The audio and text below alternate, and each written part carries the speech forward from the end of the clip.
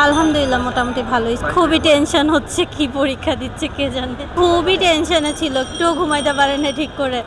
আমি তো রাত 3টা বাজে উঠে দেখতেছি আমার পাশে নেই, আমি অবাক হয়ে গেছি। ওর নিজে নিজে বই নিয়ে পড়তেছিল।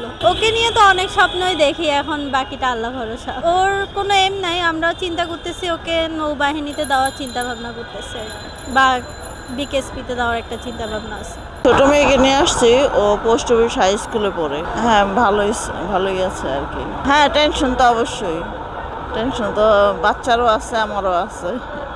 যে আশা করি সবাই ভালো ফলাফল করুক, এটাই আর কি। আজকেও ভোর 5টায় উঠছে সে তার প্রস্তুতি নেওয়ার জন্য। তো 8টার সময় বাসা থেকে বের হয়ে পড়ছি রোডের যানজটের জন্য। সে বলছিল যে পাইলট হবে, তো এখন দেখা যাক তার কত দূর আগায় নিতে পারি। মেয়ে ধলপুর স্কুল থেকে। কি স্বপ্ন?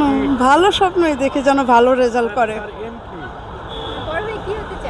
ও টিচার ছিল মোটামুটি, এখন ভালো না মন্দও না। কেমন রেজাল্ট আশা করেন?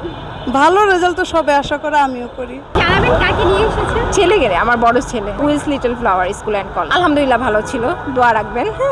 এখন বাকিটা এক্সাম শেষ হলে বোঝা যাবে কি হয়েছে। কালকে রাত থেকে কেমন ছিল? টেনশন?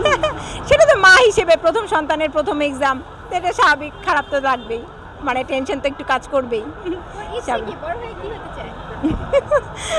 ইচ্ছা তো বাকিটা আল্লাহর ইচ্ছা, আল্লাহ যা বানাবে তাই সেটাতেই মঞ্জুর। আলহামদুলিল্লাহ চেষ্টা তো করেছে ভালো করার, ইচ্ছাও তো আছে আল্লাহ যেন ভালো রেজাল্ট দেয়, এটাই আর কি।